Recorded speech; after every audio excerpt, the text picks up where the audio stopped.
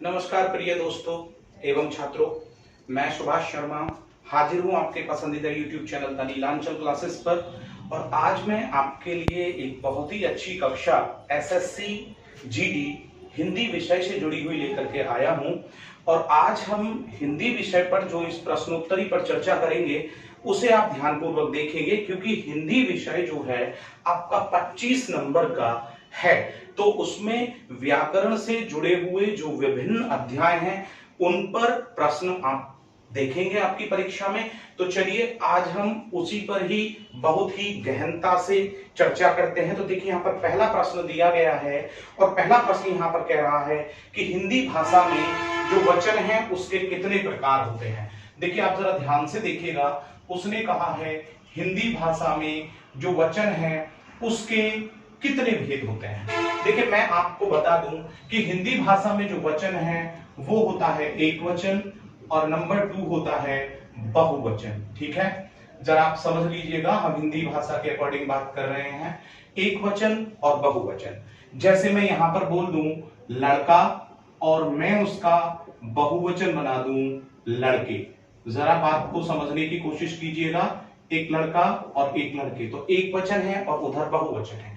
यदि हम इसी वचन की जिसकी अभी हमने हिंदी पर चर्चा की, यदि हम इसी को ही संस्कृत भाषा में लेकर के चलते तो संस्कृत भाषा में आपको एक वचन भी मिलता, आपको एक वचन मिलता यहां पर, और उसी के साथ साथ आपको द्विवचन मिलता, और नंबर 3 पर मिलता आपको बहुवचन।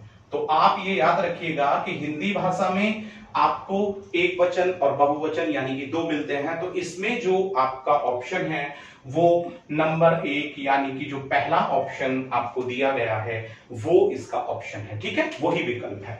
चलिए अब हम यहां पर चलते हैं दूसरे प्रश्न की ओर। और उसने कहा है कि राष्ट्र की आपको भाववाचक संज्ञा बतानी है। जरा दोबारा से समझिएगा, एक शब्द दिया है राष्ट्र और उसका कह रहा है कि जो उसकी आपको भाववाचक संज्ञा रूप है वो आपको बताना है। तो देखिए राष्ट्र की जब हम भाववाचक संज्ञा बनाएंगे तो वो क्या बनेगा, वो बनेगा राष्ट्रीयता। क्या बनेगा, राष्ट्रीयता। देखिए मैं आपको बता देता हूं कि क्यों बनेगा। अब राष्ट्रीयता क्यों, क्योंकि जब किसी संज्ञा में हम ता लगा देते हैं तो वो किस में परिवर्तित हो जाती है, बहुवाचक भाववाचक संज्ञा में वो परिवर्तित हो जाती है। जैसे मैं आपको बताने की कोशिश करूंगा यहाँ पर वीर, तो वीर की भाववाचक संज्ञा क्या बनेगी, वीरता बन जाएगी। अब यहाँ पर ऑप्शन दिए सौराष्ट्र। देखिए राष्ट्र का सौराष्ट्र नहीं बनेगा, राष्ट्र का राष्ट्रीय दिया है, तो राष्ट्रीय जो है वो विशेषण शब्द है और एक राष्ट्रीय शब्द दिया है, तो वो किसी भी तरीके से सही नहीं होता है। तो इसका जो विकल्प नंबर 3 है वो आपका सही है, राष्ट्रीयता। अब हम नंबर 3 की ओर चलते हैं। नंबर 3 कहता है कि वृक्ष पर पक्षी बैठे हैं। तो इसमें वो कौन सा कारक है वो ये पूछ रहा है। तो उसने कहा वृक्ष पर पक्षी बैठे हुए हैं। जरा ध्यान दीजिएगा, उसने कहा है यहां पर वृक्ष पर पक्षी बैठे हुए हैं। तो पहला ऑप्शन उसने दिया है संबंध कारक है। क्या ये संबंध, अब उसने जब यहां पर बात की है कि क्या ये हमारा संबंध कारक है, तो देखिए आप थोड़ा समझिएगा कि संबंध कारक में क्या आता है, काकी के आता है। संबंध कारक में क्या आता है, काकी के, रारी रे, यही तो आता है। तो ये संबंध कारक तो यहां नहीं हो सकता है। दूसरा उसने कहा है यहां पर कि क्या ये अधिकरण कारक है। तो देखिए अधिकरण कारक जो होता है उसमें जो हमारे आते हैं वो कौन कौन से आते हैं, मैं पे पर, वहां पर जो आते हैं मैं पे पर, इनका प्रयोग उसमें किया जाता है। तो उसने कहा वृक्ष पर बैठे हुए हैं, तो श्योर है कि ये यहां पर कौन सा हो जाएगा, संबंध कारक। उसके बाद उसने कहा है अपादान कारक और करण कारक। देखिए अपादान को भी मैं समझा देता हूं और करण को भी समझा देता हूं। अपादान कारक की बात हो रही है, एक करण कारक की बात हो रही है। तो देखिए अपादान कारक में अपादान से मतलब होता है अलग होना, और जब अलग होना होता है तो वहां पर क्या आता है, से या अलग। तो इसमें ये भी नहीं दिया, इसलिए ये नहीं है। और जो करण कारक है आपका, तो करण कारक में आता है से या के द्वारा। तो इसमें ये भी दोनों में से कोई नहीं दिया। तो अब आप समझ गए होंगे कि जो आपका विकल्प नंबर 2 है तीसरे प्रश्न में, वो बिल्कुल यहां पर सही है। चलिए अब हम यहां पर नंबर 4 को पढ़ते हैं और आप नंबर 4 को पढ़ते ही उसके हमें फटाफट जो आंसर है वो मुझे लिख करके भेज दीजिए। देखिए उसने कहा निम्नलिखित शब्दों में से कौन सा शब्द संज्ञा है। तो जल्दी से आप देखिए निम्नलिखित शब्दों में से कौन सा शब्द संज्ञा है। नंबर 4 जो प्रश्न आपकी स्क्रीन पर दिखाई दे रहा है वो कह रहा है निम्नलिखित शब्दों में से कौन सा शब्द संज्ञा है। क्रोधित, क्रोध, क्रोधी और क्रुद्ध। देखिए नंबर 4 पे उसने कहा कि कौन सा शब्द संज्ञा है, संज्ञा पूछा है। उसमें उसने जो आपको ऑप्शन दिए वो दिए क्रोधित। जरा देखिएगा क्रोधित, तो क्रोधित तो बच्चा भी हो सकता है, तो क्रोधित बच्चा हो सकता है, व्यक्ति हो सकता है, महिला हो सकती है, विशेषता बता रहा है अर्थात ये विशेषण है, तो ये संज्ञा नहीं हो सकता। दूसरा कहा क्रोध, तो हम यहां पर कहें कि उसे बहुत क्रोध आया। तो जब हम यहां पर बात कर रहे हैं कि उसे बहुत क्रोध आया, तो क्रोध की हमने उसे क्या दे दी, संज्ञा दे दी। और संज्ञा भी कौन सी दे दी, भाव है, ये उसका एक्सप्रेशन है, एक्सप्रेशन है, तो वहां पर ये क्रोध जो है वो संज्ञा बनेगी। उसने दूसरा बनाया क्रोधी और क्रुद्ध। अब जो क्रोधी नंबर 3 पर दिया और नंबर 4 पर दिया आपका क्रुद्ध, तो ये जब हमने यहां पर देखे तो ये भी आपके क्रोधी बच्चा, क्रुद्ध बालक, तो ये भी आपके विशेषण हैं। तो इसमें जो आपका विकल्प नंबर दिया है 2 यानी कि नंबर 2 वो जो है आपका बिल्कुल यहां पर सही है। चलिए अब हम यहां से आगे नंबर 5वें प्रश्न की ओर चलते हैं और देखते हैं कि जो आपका नंबर 5 है वो क्या कह रहा है यहां पर। तो देखिए नंबर जो 5वां है उसने यहां पर जो कहा है वो ये कहा है नंबर 5 ने कि ये बताइए कि निम्नलिखित में से कौन सा शब्द जातिवाचक संज्ञा नहीं है। अब उसने कहा जातिवाचक संज्ञा नहीं है, जरा गौर दीजिएगा। उसने कहा जातिवाचक संज्ञा। अब जातिवाचक संज्ञा क्या होती है, एक ऐसा संज्ञा शब्द जिससे संपूर्ण जाति का बोध होता है। तो उसने कहा है जातिवाचक संज्ञा नहीं है। जरा बात पे गौर दीजिएगा, उसने ये नहीं कहा है कि जातिवाचक संज्ञा है, उसने कहा कौन सा शब्द जातिवाचक संज्ञा नहीं है। तो देखिए उसने कहा हाथी, बालक, मानव, सुंदर। देखिए जरा उसने पहला ऑप्शन हाथी, दूसरा ऑप्शन मानव, फिर बालक और फिर कहा सुंदर। ठीक है, जरा यहां पर बात कर। अब उसने जब कहा कि जातिवाचक संज्ञा नहीं है, अब जरा देखिए हाथी एक जातिवाचक संज्ञा है। अगर हाथी के आगे हम एशियन हाथी लगा देते हैं, अफ्रीकन हाथी लगा देते हैं, तब वो व्यक्तिवाचक संज्ञा हो जाती है, तो ये जातिवाचक संज्ञा है। देखिए मानव, मानव यानी कि कहा ना कि एक ऐसा शब्द जो संपूर्ण जाति का बोध कराता है, तो मानव बिल्कुल यहां पर जातिवाचक संज्ञा है। इसी प्रकार से बालक भी एक जातिवाचक संज्ञा है। हाँ, सुंदर की अगर हम बात करते हैं और इसे संज्ञा के रूप में ले जाते हैं तो श्योर है कि यह व्यक्तिवाचक संज्ञा है। और यदि हम इसे एक विशेषण शब्द के रूप में ले जाते हैं तो ये सुंदर बालक हो सकता है, सुंदर महिला हो सकती है, तो श्योर है कि ये व्यक्तिवाचक संज्ञा में भी जा सकता है और विशेषण में भी जा सकता है। प्रश्न उसका यही है कि जातिवाचक संज्ञा कौन सी नहीं है। तो जो इसमें आपका 5वें प्रश्न में विकल्प नंबर 4 है वो यहां पर बिल्कुल आपका सही है।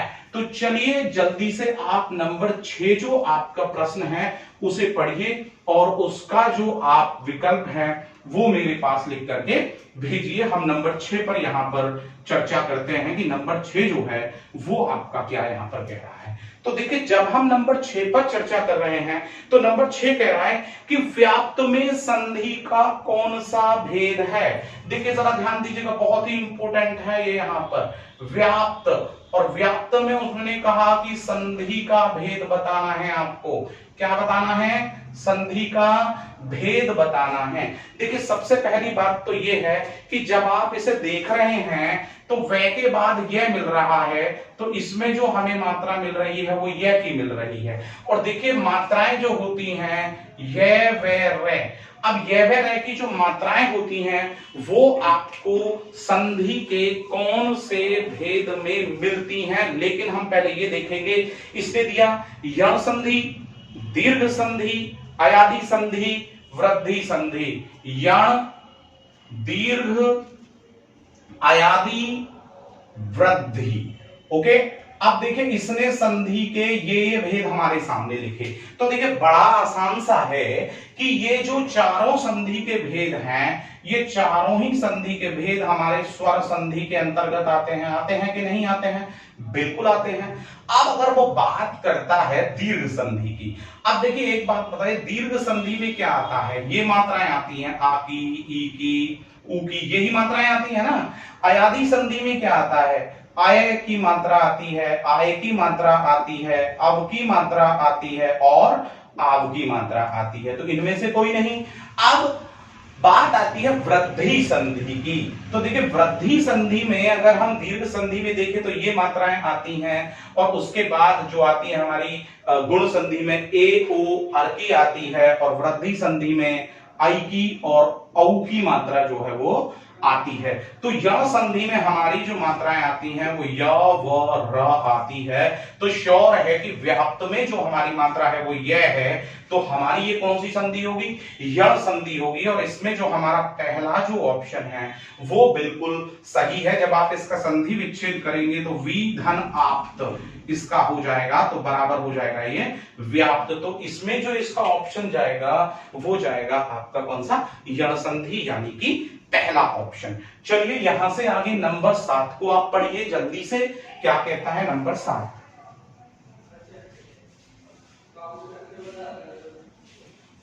देखिए यहां से आगे जब हम नंबर 7 की बात कर रहे हैं तो नंबर 7 जो है वो आपका यहां पर कह रहा है कि आपको बताना है कि घास फूस में कौन सा समास का भेद होता है। देखिए दोबारा से बात को थोड़ा समझिएगा। घास फूस में समास का उसने भेद जो है वो यहां पर पूछा है। तो जल्दी से बताइए, जल्दी से मुझे इसके ऑप्शन दीजिए कि घास फूस में जो संधि का भेद है, वो समास का भेद है, वो कौन सा होगा। देखिए सबसे पहले तो मैं बता दूं कि जो समास होता है वो दो पदों का पारस्परिक मेल होता है, और जो संधि होता है वो हमारा ये कहता है कि संधि में दो मात्राओं का या दो वर्णों का जो मेल होता है, उसके विकार जो उत्पन्न होता है, दैट इज कॉल्ड संधि, उसे हम संधि कहते हैं। तो अब वो यहां पर कह रहा है कि आपको बताना है कि घास फूस में कौन सा। उसने कहा क्या ये द्विंगु है, क्या ये द्वंद्व है, क्या ये कर्मधारय है, और क्या ये बहुव्रीहि है। तो नंबर 7 पे ध्यान दीजिएगा। उसने कहा कि बताइए ये द्विंगु है। अब आप द्विंगु को देखें, ठीक है ना। उसने दूसरा बोला कि क्या ये कर्मधारय है। ठीक, हम कर्मधारय पर भी चर्चा करेंगे, ठीक है। फिर उसने नंबर 3 पर बोला, नंबर 2 पर बोला उसने द्वंद्व, ठीक है, और नंबर 4 पर उसने बोला बहुव्रीहि। तो जरा इन पर गौर दीजिएगा कि इसमें ये कौन सा समास हो सकता है। देखिए बहुव्रीहि में अगर हम बात करते हैं, अगर बहुव्रीहि की हम बात करते हैं तो बहुव्रीहि हमसे क्या कहता है कि इसमें एक अन्य पद प्रधान होता है, प्रथम पद और उत्तर पद मिलते हैं और एक अन्य पद प्रधान हो जाता है, और इसमें 99% हम अपने जो देवी देवता होते हैं उनके नाम ला करके रखते हैं। तो श्योर है कि ये बहुव्रीहि नहीं हो सकता। अब हम बात कर रहे हैं कर्मधारय। कर्मधारय में क्या होता है कि ये किसी संज्ञा की विशेषता बताता है, अर्थात इसमें विशेषण छुपा हुआ होता है। तो घास फूस में अगर हम बात करें तो कोई विशेषण छिपा हुआ नहीं है, इसलिए वो कर्मधारय नहीं है। अब द्विंगु कहता है कि उसमें संख्या होती है और उसके बाद कोई संज्ञा होती है। तो घास फूस में कोई संख्या और संज्ञा भी नहीं है। लेकिन जब हमने देखा घास फूस को तो ये श्योर है कि एक दूसरे के विपरीत शब्द निकल करके आए, इसलिए जो आपका विकल्प नंबर 2 है यानी कि जो द्वंद्व है वो यहां पर जो है वो बिल्कुल सही होगा। तो 7वें में जो आपका यहां पर आंसर बनेगा, विकल्प बनेगा, वो क्या बनेगा? वो बनेगा आपका इसमें द्वंद्व। अब हम नंबर 8 को देखते हैं। उसने कहा निम्नलिखित में से कौन सा शब्द अविकारी होता है। तो देखिए उसने क्या कहा है, निम्नलिखित में से कौन सा शब्द अविकारी होता है। तो अब अविकारी क्या होता है पहले तो ये समझना है। एक शब्द होता है विकारी जो लिंग से, वचन से, काल से परिवर्तित हो जाता है उस शब्द को हम विकारी शब्द कहते हैं, और जो शब्द लिंग से, वचन से या काल आदि से परिवर्तित नहीं होता है उसे अविकारी शब्द कहते हैं। अब उसने कहा निम्नलिखित में से कौन सा शब्द है कि जो अविकारी में जाएगा। व्याकरण का भेद उसने पूछा है। उसने कहा अव्यय, क्रिया, सर्वनाम, विशेषण। देखिए जरा ध्यान दीजिएगा, अव्यय, क्रिया, सर्वनाम और विशेषण। तो आप जरा एक बात पे गौर दीजिएगा, मैंने कहा वह शब्द जो संज्ञा, सर्वनाम, क्रिया यानी कि जो परिवर्तित हो सकता है वो तो कहलाता है विकारी, और जो परिवर्तित नहीं होता वो क्या कहलाता है, वो अविकारी शब्द कहलाता है।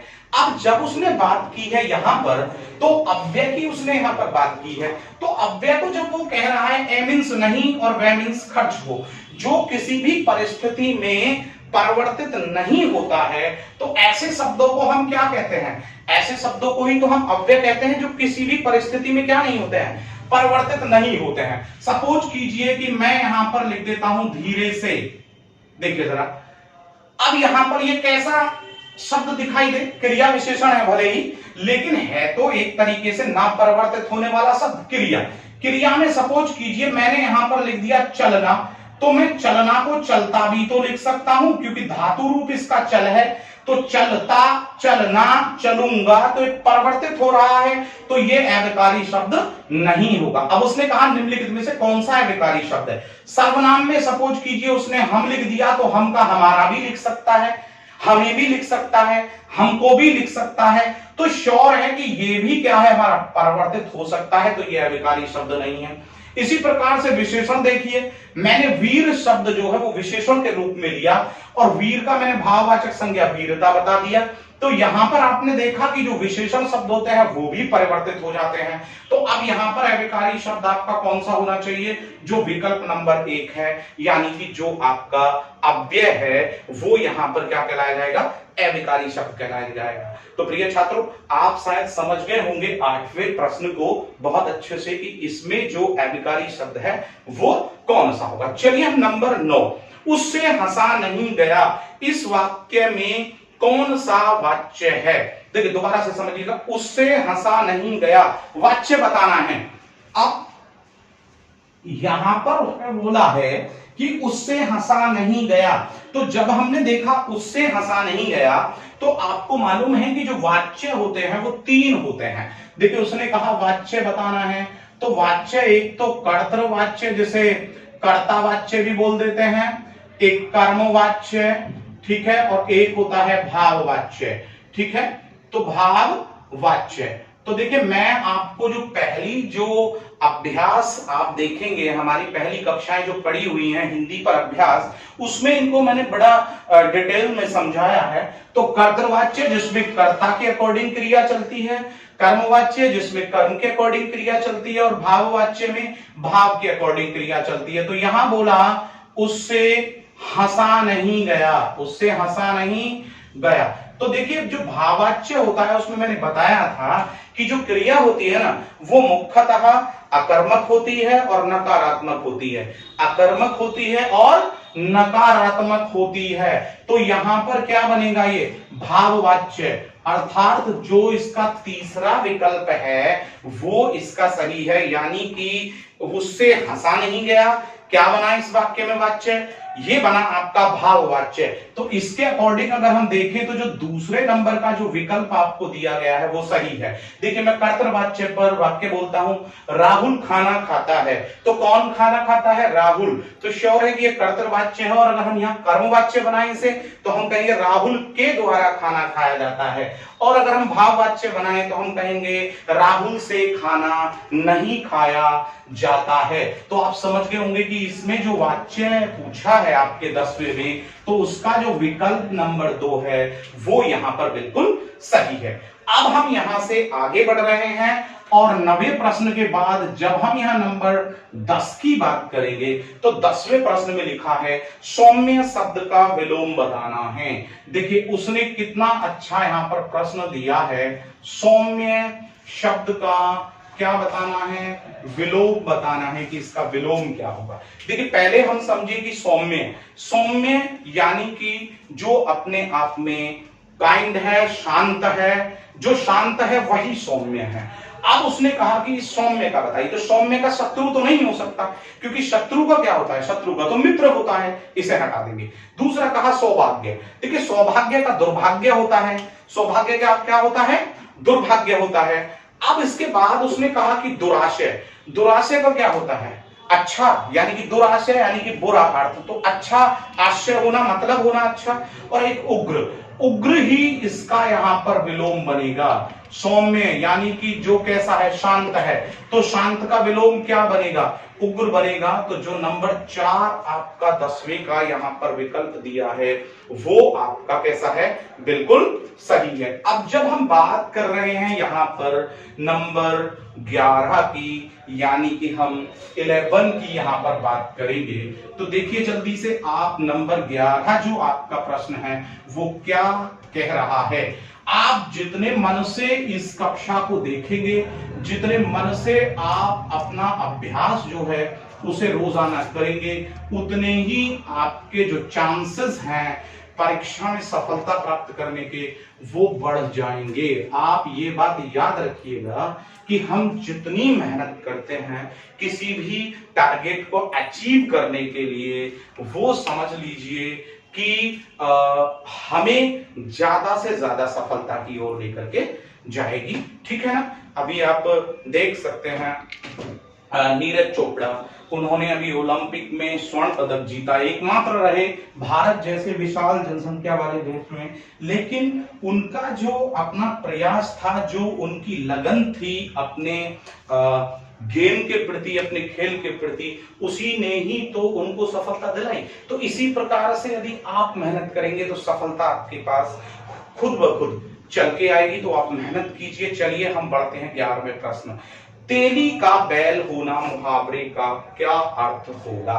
देखिए उसने कहा 11वें प्रश्न में तेली का बैल होना, जरा ध्यान दीजिएगा, तेली का बैल होना मुहावरे का क्या अर्थ है। तो देखिए जब उसने पूछा कि इस मुहावरे का क्या बताना है हमें, अर्थ क्या होगा, तेली का बैल मुहावरे का अर्थ क्या होगा, देखिए मैं बताता हूं। उसने जो हमें ऑप्शन दिए, पहला उसने दिया कि भाई तेली के घर में पाए जाने वाला बैल। देखिए जो मुहावरा होता है उसका सेम वो अर्थ नहीं हो सकता, उन शब्दों से उसका कोई लेना देना नहीं होता। तो तेली के घर में पाए जाने वाला बैल भी बैल ही कहलाएगा, ठीक है, इसलिए हम इसको अलग कर देते हैं। नेक्स्ट कहा अधिक चिकनाई युक्त खाना खाने वाला।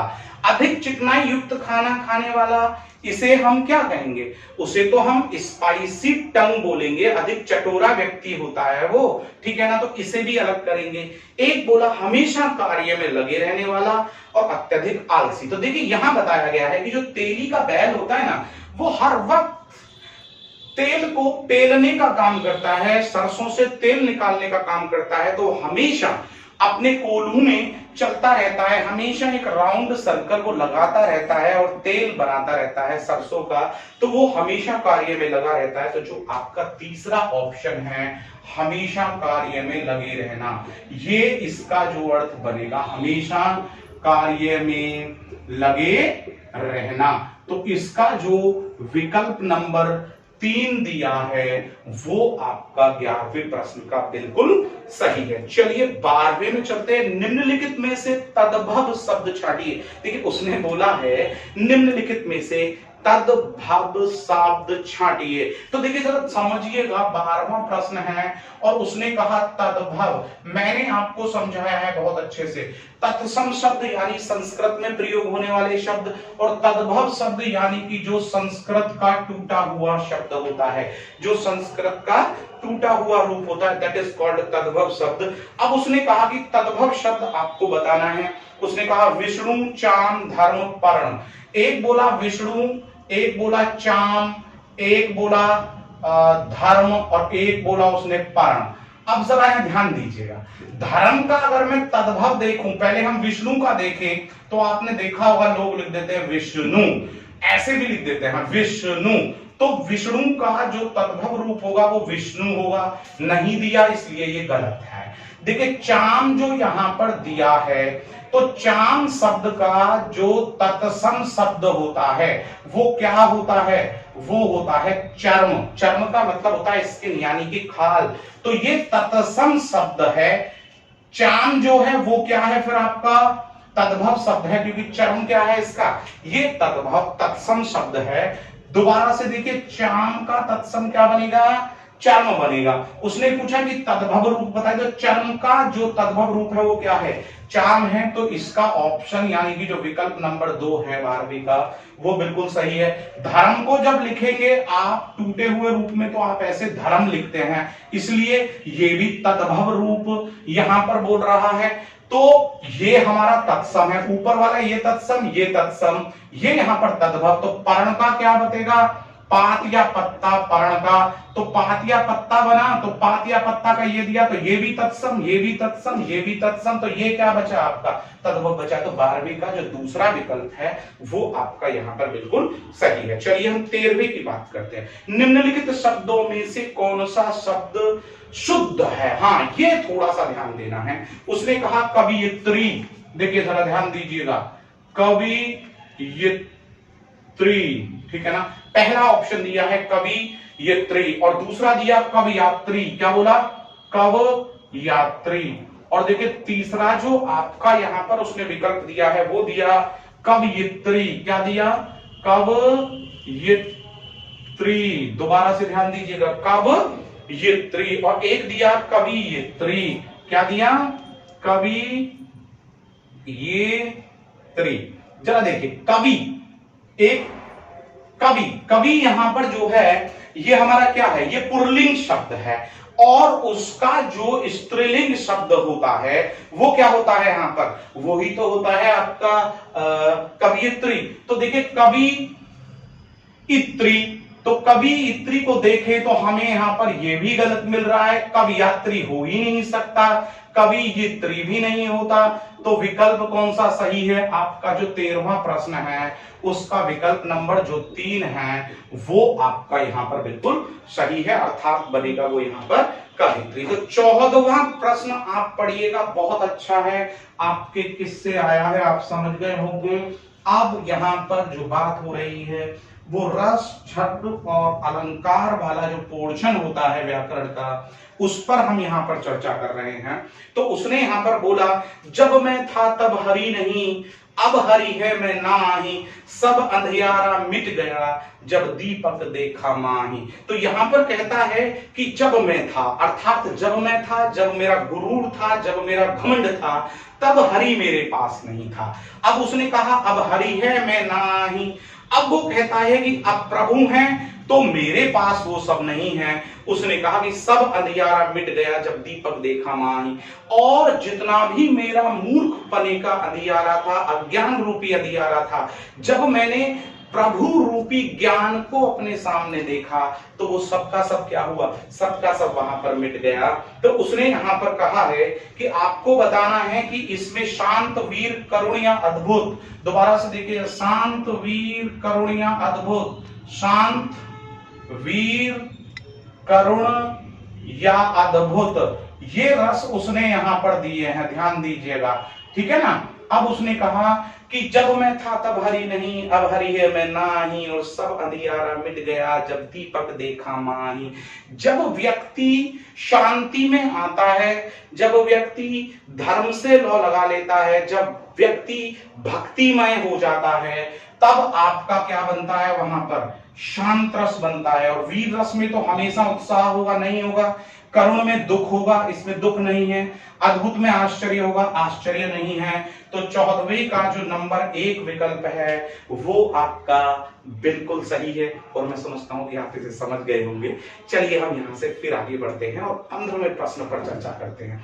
15वां प्रश्न बहुत ही अच्छा दिया है, और उसने कहा कि बिनु पग चले सुने बिन काना, और कर बिनु कर्म करे विधि नाना।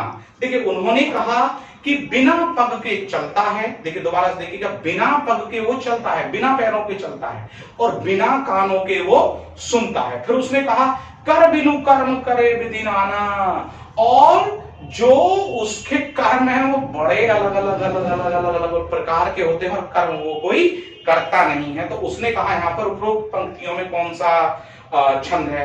दोहा, चौपाई, सोरठा, बरवे। ध्यान दीजिएगा, दोहा, चौपाई, सोरठा, बरवे। जल्दी से आप इसका मुझे उत्तर लिखिए, दोहा, चौपाई, सोरठा या बरवे।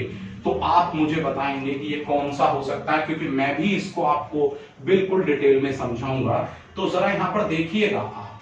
तो उसने कहा कि इसमें क्या है ये, ठीक है। तो दोहा, चौपाई, सोरठा या बरवे। तो देखिए उसने पहले कहा है कि बिनु पग चले सुने बिनु काना। मैं लिखता हूं यहां पर, बिनु पग चले सुने बिन काना, ये तो लिखा। अब आप अगर इसमें मात्रा देखें तो बे पर एक मात्रा, ने पर छोटी, पे एक, और चे और ले के ऊपर ए है तो दो मात्राएं, सु ने पर दो, और बी और ने और का और ना।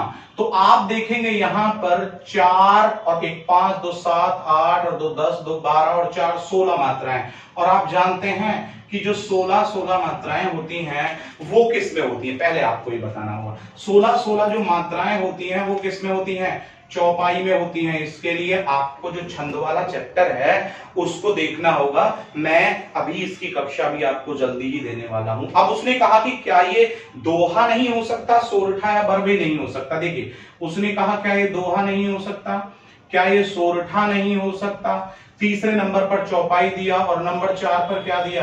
बरवे दिया। जरा ध्यान से देखिएगा, जब उसने कहा दोहा, देखिए दोहा में जो मात्राएं होती हैं वो प्रथम और जो द्वितीय चरण होता है 13 11 13 11, सोरठा उल्टा होता है 11 13, जबकि चौपाई कहती है 16 मात्राएं इसमें निकलती हैं, और बरवे कहता है कि 12 और 7 मात्राएं इसमें आती हैं। तो अब मुझे बताइए कि कौन सा हुआ। मैंने अभी आपको बताई इसमें मात्राएं लेकर के 16 मात्राएं निकल करके आ रही है, तो श्योर है कि इसका ऑप्शन क्या होगा? आपका चौपाई होगा। और जब ये यहां पर देखेंगे तो जो ऑप्शन नंबर आपका 2 दिया गया है विकल्प में, कौन सा दिया गया है? आपका जो नंबर 2 विकल्प दिया है तो वो आपका यहां पर सही है। फिर से देख लीजिएगा, नंबर 2 विकल्प आपका इसमें बिल्कुल सही है। कौन से में सही है? जो 15वां प्रश्न है उसमें आपका सही है। चलिए प्रिय विद्यार्थियों, हम नंबर 16 की ओर चलते हैं। और भूलिए नहीं कि ये कक्षा बहुत अच्छी और आने वाले समय में जो आप जीडी का एग्जाम देंगे बहुत ज्यादा हेल्प करेगी आपकी।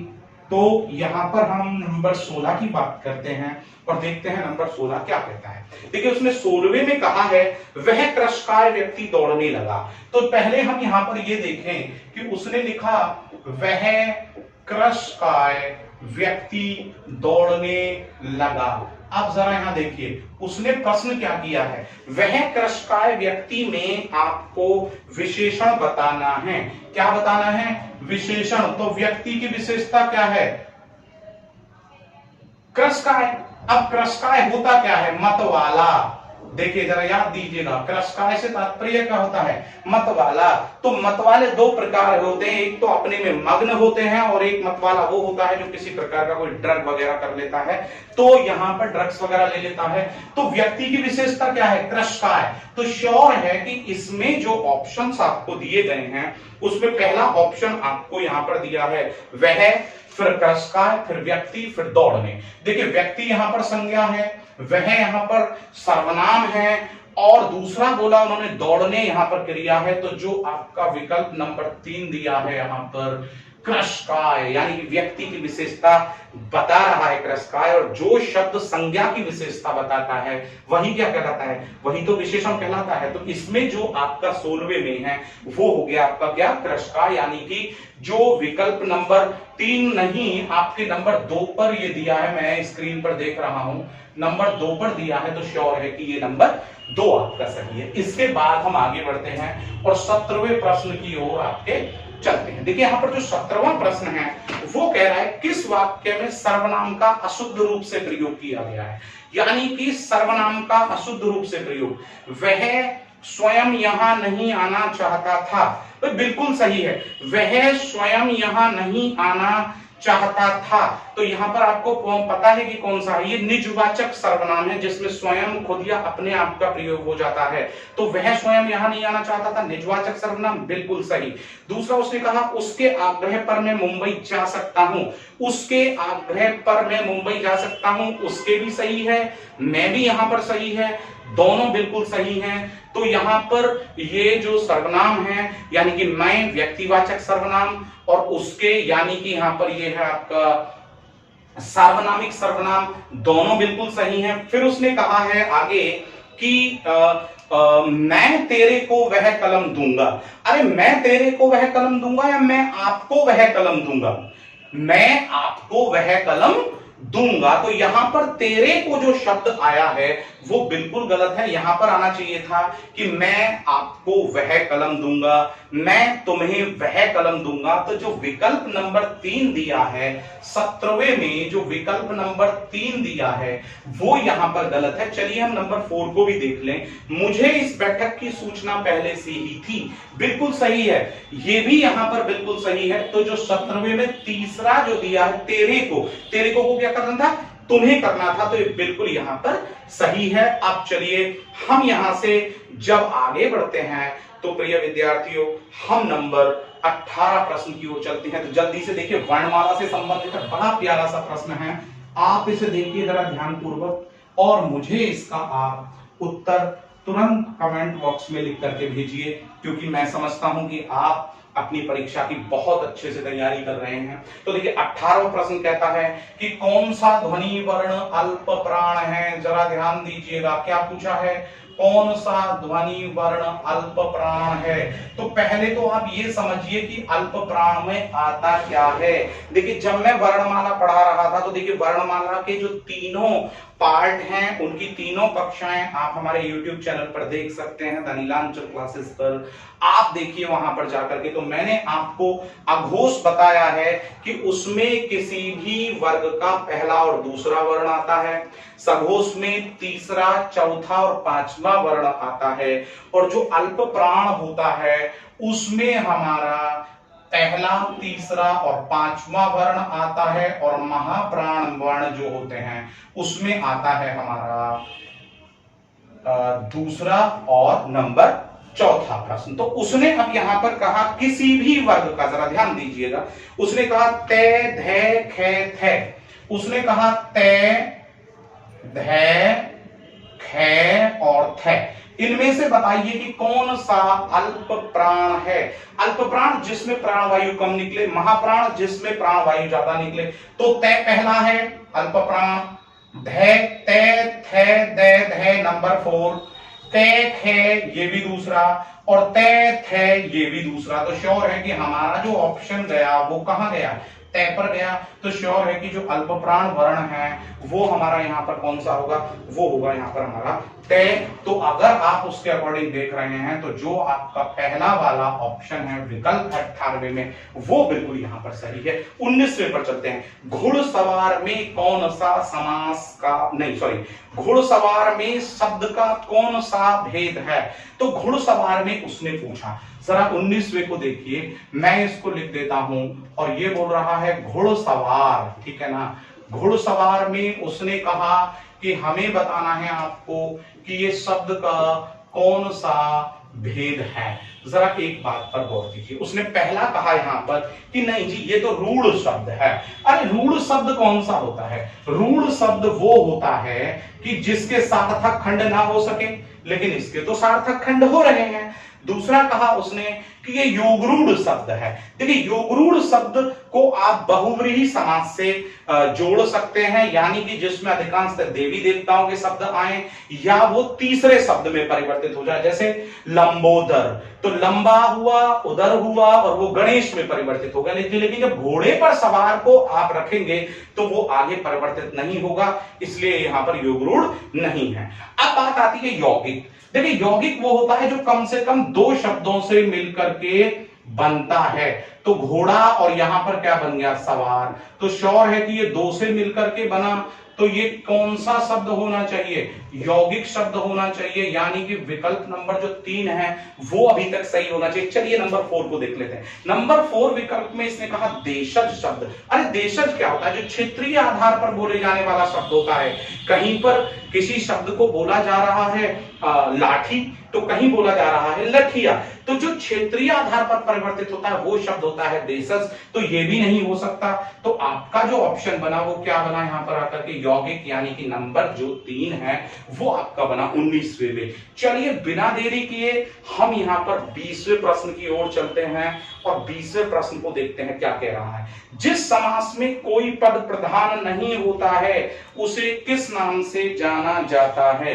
जिस समास में कोई भी पद प्रधान नहीं होता है उसे किस नाम से जाना जाता है? देखिए मेरी एक कक्षा केवल 3 मिनट की आप अपने YouTube चैनल पर यानी द नीलांचल क्लासेस पर देख सकते हैं और बहुत ही ट्रिकी है।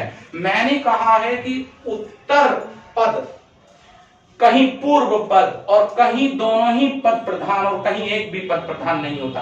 तो उसके लिए उस 3 मिनट की वीडियो को जरूर देखिएगा, समासिक पद ज्ञात करना। लेकिन मैं इसके अकॉर्डिंग चलता हूं जिस समास में कोई पद प्रधान नहीं होता।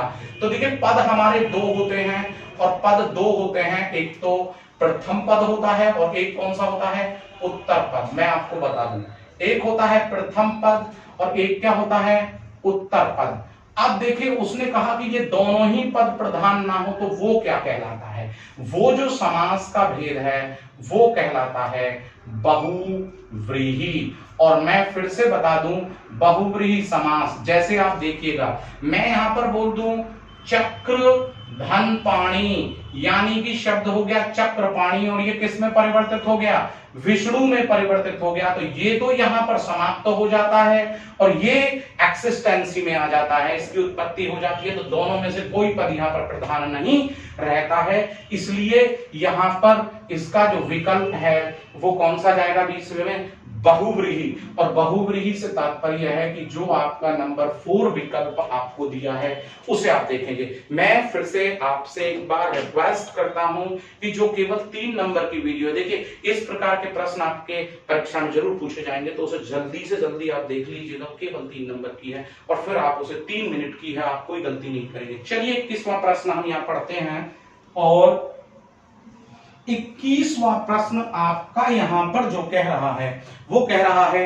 कि चिकना शब्द की आपको नाम धातु क्रिया बतानी है। देखिए जरा देखिएगा, क्रिया का भेद पूछ लिया है, क्रिया का भेद पूछ लिया है कि चिकना जो शब्द है उसकी आप नाम धातु जो क्रिया है वो बताइए। इसमें क्रिया का भेद पूछा है तो चिकना शब्द का नाम धातु वो पूछ रहा है। तो आप मुझे बताइए, उसने पहला ऑप्शन आपको दिया है यहां पर कि भाई चिकनी। तो देखिए जब उसने पहला ऑप्शन चिकना का, पहले तो ये समझो कि उसने क्या पूछा है? चिकना का पूछा नाम धातु रूप, यानी कि नाम धातु क्रिया रूप, नाम धातु क्रिया रूप पूछा उसने। अब नाम धातु क्रिया रूप जब वो पूछ रहा है किसका? चिकना का, तो उसने पहला यहां पर दिया चिकनी। तो देखिए हम देखें यहां पर तो चिकनी सड़क हो सकती है, ठीक है ना, और चिकना यहां पर राह भी हो सकती है। तो श्योर है कि ये तो विशेषण शब्द है क्योंकि संज्ञा की विशेषता ये बता रहा है, तो इसलिए ये ऑप्शन पहला नहीं हो सकता। दूसरा कहा चिकनाई। तो देखिए जब यहां पर चिकनाई यहां पर दे दिया है तो आप समझ सकते हैं कि चिकनाई क्या है? यहां पर एक भाववाचक संज्ञा है, ठीक है ना, तो श्योर है कि हम इसे भी नहीं मानेंगे। तीसरा यहां पर दिया है चिकनाना। हाँ, जो शब्द, देखिए यहां पर दोबारा से ध्यान दीजिएगा, जो शब्द आपके सर्वनाम विशेषण या संज्ञा से क्रिया में परिवर्तित हो जाते हैं उन्हें ही तो हम नाम धातु क्रिया कहते हैं। यानी संज्ञा, सर्वनाम, विशेषण आदि शब्दों से जो क्रिया शब्द बनते हैं उन्हें आप क्या कहते हैं? नाम धातु क्रिया कहते हैं। तो बिल्कुल ये यहां पर कौन सी क्रिया होगी? नाम धातु क्रिया होगी। जैसे कि मैं यहां पर बोल दूं कि मुझे इस घड़े को चिकनाना है। तो कार्य क्या होगा? चिकनाने का। तो श्योर है कि यहां चिकना का क्या बना दिया? चिकनाना। इसी प्रकार से हंसना का क्या बन गया? हंसाना। ठीक है ना? या लात का क्या बना दिया? लतियाना। तो इस प्रकार के जो शब्द होते हैं वो नाम धातु क्रिया में जाते हैं, नाम धातु क्रिया। और चिकना तो ऑलरेडी वो दिया ही है, तो ये तो हमारा ऑप्शन नहीं होगा। तो जो विकल्प नंबर 3 है 21वें में, वो आपका यहाँ पर बिल्कुल सही है। चलिए हम नंबर 22 की बात करते हैं। 22 की अगर हम यहाँ पर बात कर रहे हैं तो 22 में जो उसने यहाँ पर दिया है, 22 में वो यहाँ पर कह रहा है कि भला का भाववाचक संज्ञा रूप। जरा बात पर गौर दीजिएगा। भला का, किसका? भला का भाववाचक, भला। और यहां पर क्या पूछ रहा है? भाववाचक। अभी आपको पता है कि भला जो है यहां पर वो क्या है? ये तो अभी भला जो है ये विशेषण है। भला बालक, भला व्यक्ति, ठीक है ना? तो अभी तो ये विशेषण है, लेकिन उसने कहा कि इसका क्या बताना है? भाववाचक संज्ञा बताना है। तो भला का बनेगा भलाई। भलाई हुआ, बुराई हुआ, ईमानदारी हुआ, बेईमानी हुआ, प्रेम हुआ, ईर्ष्या हुआ, वे संज्ञा शब्द जिनसे हम एक्सप्रेशंस द्वारा व्यक्त करते हैं, हम चेहरे के हाव भाव द्वारा व्यक्त करते हैं, वो किस में जाते हैं? भाववाचक संज्ञा में। तो यहां पर भली, भली ऑलरेडी आप देखेंगे तो ये विशेषण शब्द है, भूलता एक क्रिया शब्द है, और भूल यहां पर है, तो ये आप समझ रहे होंगे कि ये एक संज्ञा शब्द है।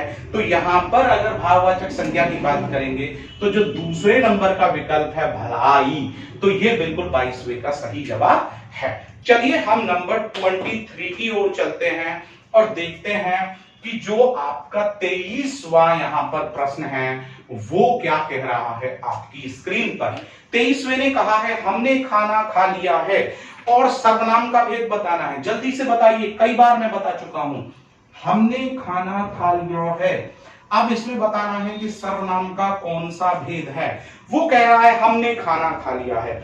देखिए इसमें पहले तो ये देखें कि जो हमने है वो सर्वनाम शब्द है। उसने कहा हमने खाना खा लिया है, तो संज्ञा के स्थान पर जो भी शब्द आता है वही तो सर्वनाम होता है, वही तो सर्वनाम शब्द होता है। अब उसने कहा कि हमने खाना खा लिया है, तो आप जानते हैं कि पुरुष 3 होते हैं, उत्तम, मध्यम, अन्य। तो मैं तथा हमसे जुड़े हुए जितने भी शब्द होते हैं वो किस में आते हैं? उत्तम पुरुष यानी कि प्रथम पुरुष में, मध्यम में तू, तुम या आप आते हैं, और अन्य में जितने भी वह, वे, ये, वे जितने भी शब्द होते हैं वो अन्य पुरुष में जाते हैं। तो ये उत्तम पुरुष है, मगर किसका? व्यक्तिवाचक सर्वनाम या पुरुषवाचक सर्वनाम का। किसका? व्यक्तिवाचक या पुरुषवाचक सर्वनाम का ये भेद है। और पुरुष पूछ ले तो कौन सा है? उत्तम। मैं या हम उत्तम में, तू, तुम, आप मध्यम में, और बाकी जितने बचते हैं वो सब अन्य में जाते हैं। तो अब बताइए इसमें क्या ऑप्शन दिया? व्यक्तिवाचक सर्वनाम, यानी कि जो पहला ऑप्शन है 23वें का वो बिल्कुल यहां पर सही है। तो चलिए हम नंबर 24 यानी कि 24 को देख लेते हैं और देखते हैं कि आपका नंबर 24 जो है वो क्या कह रहा है। दाढ़ी वाला व्यक्ति कहां गया? देखिए ये शायद अभी तक आपने नहीं पढ़ा होगा, इसलिए ध्यान देना। उसने कहा दाढ़ी वाला व्यक्ति कहां गया। अब उसने कहा दाढ़ी वाला व्यक्ति कहां गया, तो पहली बात आप समझिएगा, उसने कहा कि इसमें यह बताना है कि ये जो अंडरलाइन है इसमें उसने पूछा है कि ये बताओ कि विशेषण का कौन सा भेद है। तो दाढ़ी वाला व्यक्ति कहां गया? सार्वनामिक। सार्वनामिक यानी कि जिसमें हम संकेत कर रहे हो, तो ये संकेतवाचक तो नहीं है। संकेतवाचक तो यहां पर ऐसे होता कि वह व्यक्ति कहां जा रहा है, तो यहां पर ये सार्वनामिक विशेषण होता, व्यक्ति की विशेषता वह व्यक्ति। दूसरा उसने बोला प्रश्नवाचक विशेषण। प्रश्नवाचक विशेषण में वह होता किसकी किताब है यह, तो किताब की विशेषता किसकी हो गई। वो पूछता कि कौन बालक वहां बैठा हुआ है, तो बालक की विशेषता कौन हो जाती। वो बोलता कौन सी परीक्षा आप देंगे, तो परीक्षा की विशेषता कौन सी। तो ये सब प्रश्न जब संज्ञा की विशेषता बताते प्रश्नवाचक शब्द, तो वहां प्रश्नवाचक विशेषण होता, अर्थात दूसरा भी नहीं है। फिर बोला उसने कृदंत विशेषण, और लास्ट में बोला उसने परिमाणवाचक। परिमाणवाचक इसलिए नहीं होगा कि परिमाण होता है कि जिसमें क्या बताया जाए, जिसमें मात्रा बताई जाए। हमने कहा 2 क्विंटल दूध, तो दूध की विशेषता 2 क्विंटल है, परिमाणवाचक है। मैं कह दूं कुछ चीनी, तो चीनी की विशेषता कुछ है, परिमाणवाचक है। अब ये क्या बचा? ये बचा कृदंत विशेषण। और जो आपका तीसरे नंबर का जो विकल्प है, विकल्प नंबर 3, बिल्कुल सही है। क्यों है? संज्ञा के बाद वाला, वाली, वाले, मैं लिख देता हूं, कोई भी संज्ञा दे रखी हो और वहां दे रखा हो वाला, वाली या वाले, और फिर से उसमें क्या दिया हो? संज्ञा दी हो, तो ये क्या कहलाता है? आपका कृदंत विशेषण कहलाता है। तो देखिए, दाढ़ी संज्ञा है, वाला, वाली, वाले व्यक्ति। अगर कोई कहे बंदूक वाली महिला, तो महिला संज्ञा, वाली और बंदूक यहां पर संज्ञा। तो आप समझ गए कि ये कृदंत विशेषण है। और हम नंबर 24 की ओर, कब, कितनी देर में, कैसे, हमें पता ही नहीं चला और यहां तक हम चलते चले आए। और अब हम आज का जो अंतिम प्रश्न है, क्योंकि मैंने आपको बताया था कि आपकी जो परीक्षा है उसमें 25 नंबर की 25 अंक आपके हिंदी के लिए होंगे। और एक भारतीय होने के नाते यदि आप हिंदी की परीक्षा में अच्छे अंक नहीं लाते हैं तो ये आपके लिए कहीं एक अच्छी बात नहीं होगी। तो आज हम 25वें प्रश्न पर भी चर्चा करते हैं। और 25वां प्रश्न यहां पर कहता है, धीरज धर्म मित्र अरुनारी, आफत काल परख ये चारी। उसने कहा दोहा है, सोरठा है, बरवे है या चौपाई है? देखिए, उसने कहा धीरज धर्म मित्र अरुनारी। जरा देखिएगा, अरुनारी, मैं बस इतना ही लिख देता हूं। और उसने कहा, क्योंकि हम केवल इसी से पता लगा सकते हैं। देखिए, आप जानते हैं कि छंद में 4 चरण होते हैं और 4 चरण प्रथम, द्वितीय, तृतीय, चतुर्थ होते हैं, जिसमें पहले को और तीसरे को हम क्या कहते हैं? विषम चरण, जबकि दूसरे और चौथे को क्या कहते हैं? सम चरण। मैंने इस पर जो आपकी अभ्यास डाली हुई है ना हिंदी की, उसमें बड़ी विस्तृत चर्चा की है, आप उन पहली वाली कक्षा को देख सकते हैं। तो देखिए, धीमे 2 मात्राएं रे और जय। धर्म की बात करें तो 2 और 1। मित्र में अगर हम देखें तो यहां पर हमें मिल रही है मित्र, तो 1 और 1। अरु में देखें तो यहां पर भी, और नारी को देखें तो 2 और 1। तो देखिए, यहां पर 2 4 3 7 2 9 2 11, 11 और 3 14। यहां पर हमने देखा 3 14, जबकि यहां पर अरु है तो 2 16 यहां पर। और मित्र की बात करें, मीतर, तो यहां पर आप देखिएगा थोड़ा सा इसको कि भाई दोहा तो कहता है 13 11 मात्राएं, तो 13 11 तो इसमें है नहीं। 4 3 7, धीरज में देखिए, धर्म को देखें, मित्र को देखें, मी में 1 आ गया, त्रय में 1 आ गया, अरु को देखें, ए और रू, और ना और री। तो नारी में जो वहां पर मात्रा है वो ये दी गई है, ठीक है ना। तो ये कितनी मात्राएं हैं? 4 3 7 2 9 और 3 12 और 4 16। तो 13 11 तो दोहे में होती है, दोहा नहीं है ये। इसके बाद 11 और 13 सोरठा में होती है, तो सोरठा भी नहीं है ये। इसके बाद बरवे 12 और 7 होती हैं, ये बरवे भी नहीं है। और अंत में बचा आपका क्या? चौपाई। तो जब 16 मात्राएं हैं तो श्योर है कि ये क्या कहलाएगी? यहाँ पर ये चौपाई कहलाएगी। तो प्रिय छात्रों, मैं समझता हूं कि आपने इस कक्षा को जितना ध्यानपूर्वक देखा है उतने ही अच्छे अंक प्राप्त करने की ओर आप बढ़ गए हैं। और आप जल्द ही अगली कक्षा मेरे द्वारा प्राप्त करेंगे। तब तक के लिए मैं आपसे इजाजत चाहता हूं। नमस्कार, जय हिंद दोस्तों।